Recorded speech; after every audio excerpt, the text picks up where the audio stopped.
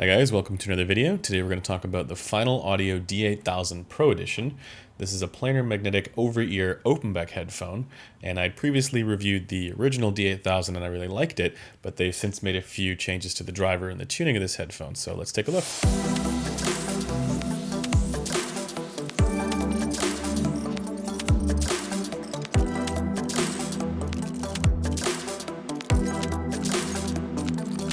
As usual, this video is made possible by the guys over at headphones.com.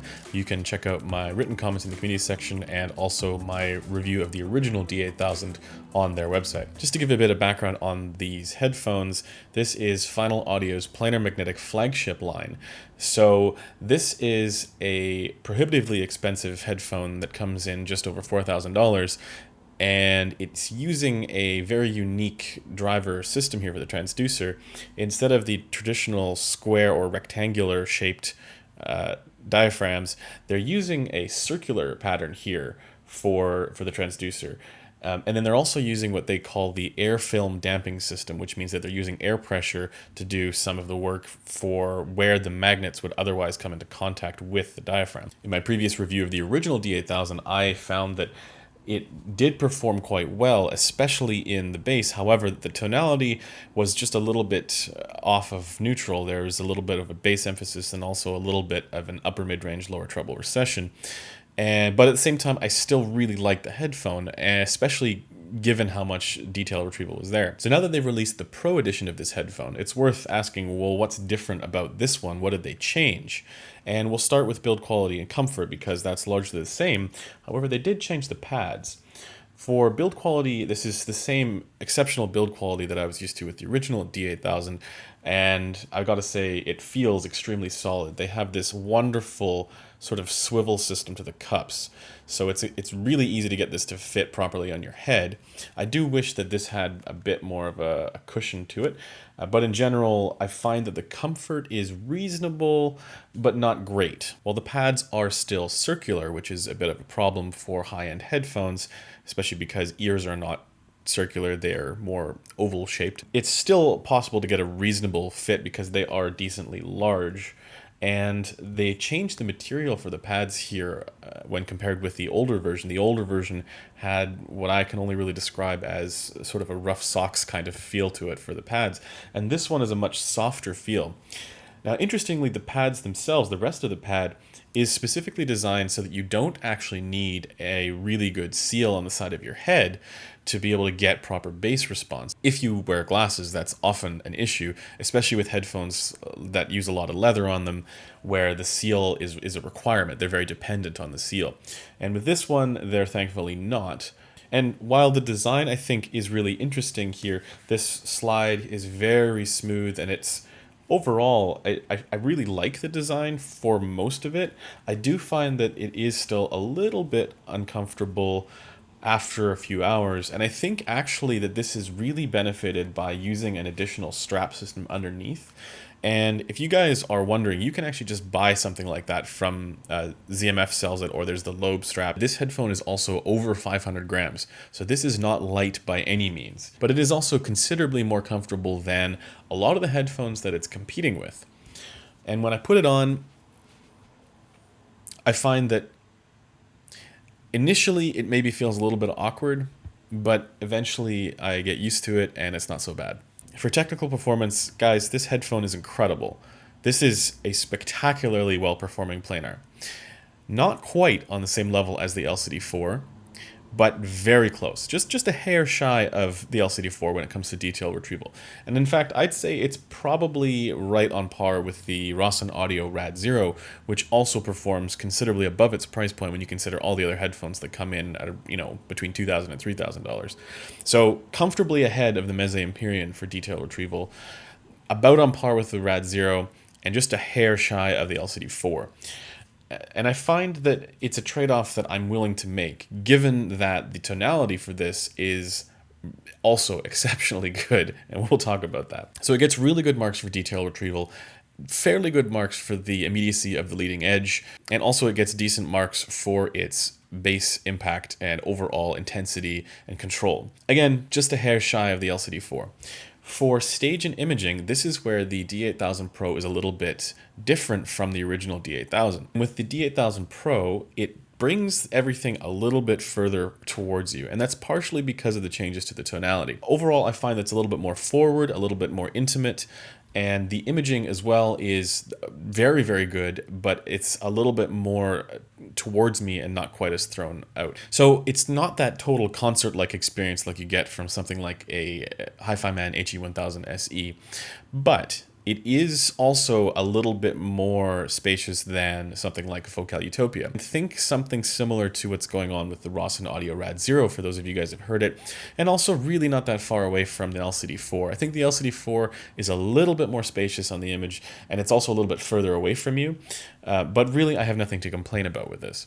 For timbre, this is a little bit more on the dry side, but that also has more to do with its tonality than anything else, and so let's talk about that next. So the main difference between the D8000 and the D8000 Pro is, surprisingly, that the D8000 Pro is very close to a diffuse field tuning, whereas the original D8000 is a lot closer to a Harman tuning. And that means that the original D8000 had a little bit more bass emphasis, but I find that the D8000 Pro has actually a more linear extension to the bass, even though it's a little bit lower than the mid-range. And then, of course, in the D8000 Pro, you also get a little bit more energy in the upper mid-range, or the mid-range proper.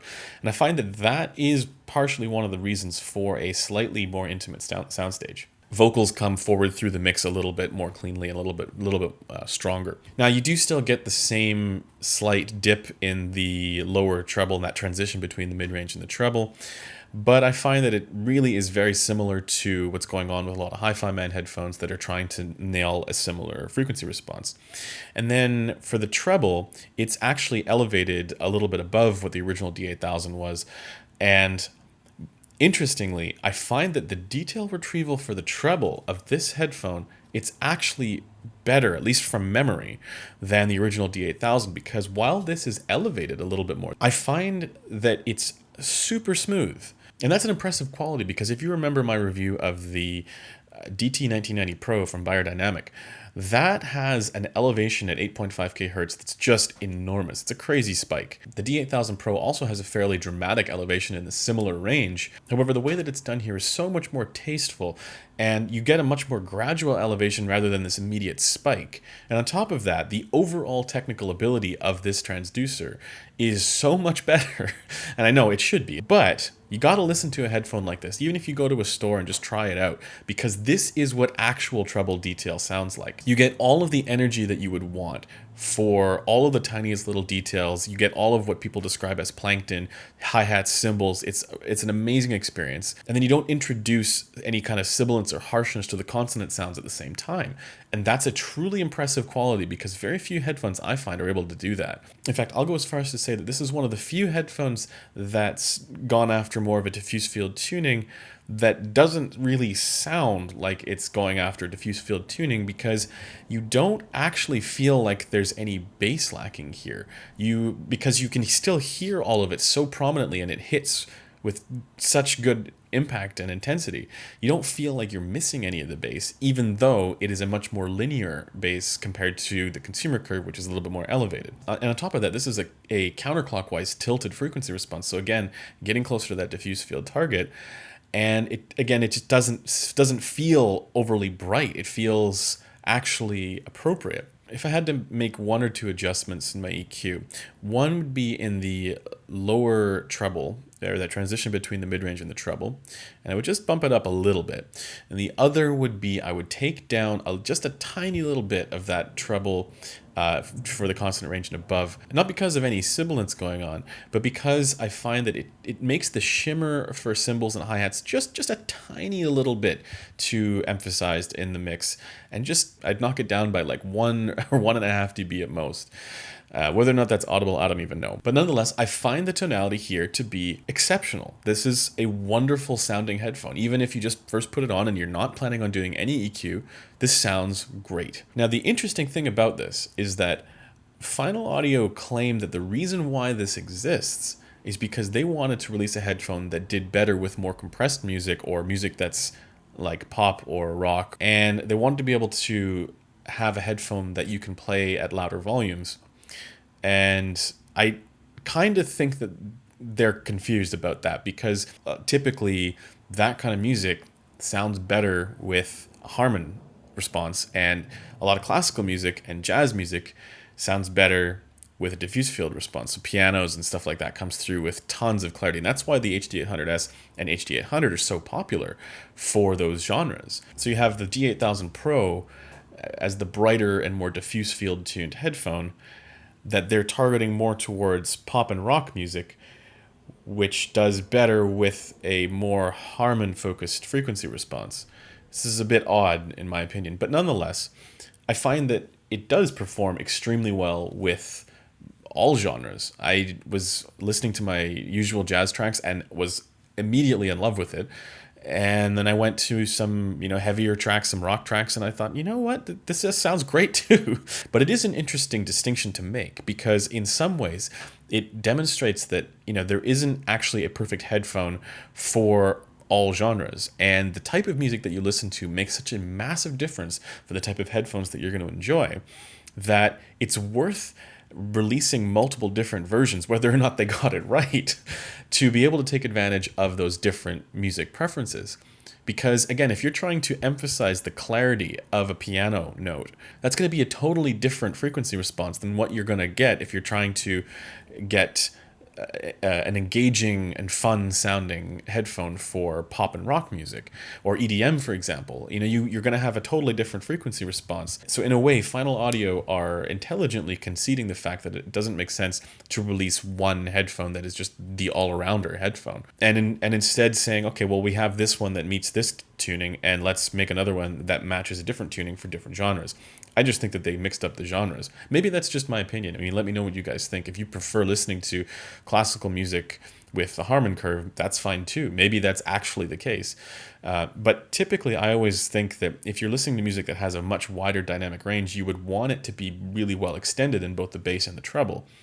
And to some extent, I can kind of see it, because there is more mid-range emphasis with the D8000 Pro edition, especially in the upper mid-range. So maybe that's where they think that you're going to be able to get more benefit from pop and rock music, stuff that's a little bit more compressed, that's trying to sound good on a much wider variety of equipment. But nonetheless, my conclusion is that, yeah, this is a fantastic headphone. This is a spectacular listening experience. If you want to get the most detail and most technical ability out of your dollar, the LCD4 is still the choice to go for. However, if you don't want to EQ anything, this is a better option, period. Of course, the D8000 is a stupidly expensive headphone, as are all of these other flagships. And I don't generally recommend to everybody that they go out and spend that kind of money on a headphone. But if you're one of these people who really just wants the best experience, and you don't want to EQ anything, and you don't want to tinker, you just want to have a headphone that you put on and you're getting the best experience you can, this is a solid candidate for that experience. In some ways, its biggest competitor is actually the Rad Zero, because it's a cheaper headphone that, in my opinion, performs about the same as far as its technical abilities goes. But the tuning for the D8000 Pro is actually better, in my opinion. It is actually a more linear tuning. It fills in a few of those gaps that the Rad Zero has, and and weirdly, I find it's better for a lot of acoustic music, classical music, and music that is often really well recorded. Whereas the Rad Zero is maybe a little bit more relaxed, a little bit more laid back, and it's a little bit more bass emphasized. And then on top of it, the D8000 is also more comfortable than the Rad Zero, because that one has quite a bit of clamp force, and it's also considerably heavier. So really what you're dealing with here is a headphone that is a spare no expense, ridiculously, stupidly expensive headphone that actually is probably going to deliver one of the best experiences that you can have when it comes to headphones. Again, not on the same level as the LCD4, but darn close, and it does so many other things better, including its tonality. In fact, the only thing that I kind of don't really like about this headphone, apart from the weight, is that this cable, while it looks amazing, this is, you can see it here, it's incredibly heavy. And when you have it hooked up to the headphone, it kind of feels like you're wearing chains around your neck.